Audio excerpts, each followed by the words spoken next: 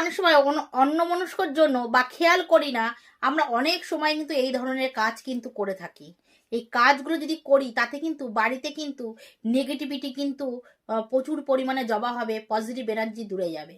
যেমন এই ধরনের গাছ বাড়িতে রাখবে না। কি ধরনের গাছ? মরা তুলসী গাছ কখনো বাড়িতে রাখবে না। সেই তুলসী গাছ তুলে সে জলে অর্পণ করে দেবে। মরা যে কোনো গাছ, যে কোনো কাজ বাড়িতে রাখবে না। মরা গাছ কিন্তু তোমার জীবনের মানে কি বলবো, সব খারাপ দিকের লক্ষণগুলো কিন্তু ফুটিয়ে তোলে।